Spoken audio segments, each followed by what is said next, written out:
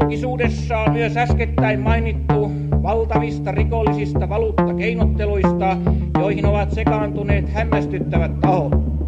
Eikö olisi jo korkea aika saada näissäkin asioissa järjestystä? Oikeuksillaan erinomaisesti kannattavat alkoholiliikkeet ja Neste Oy tilittävät valtion kassaan tuhansia miljoonia vanhoja markkoja vähemmän varoja kuin mitä nimenomaan alkoholiliikkeen voimassa olevan lain nimenomaisten säännösten mukaan tulisi tehdä. Veronmaksajien veroja kyllä lisätään, mutta tällaiset valtion suurfirmat kylpevät vieraissa rahoissa. Väärintekijät kelvottomiksi tehtäviinsä.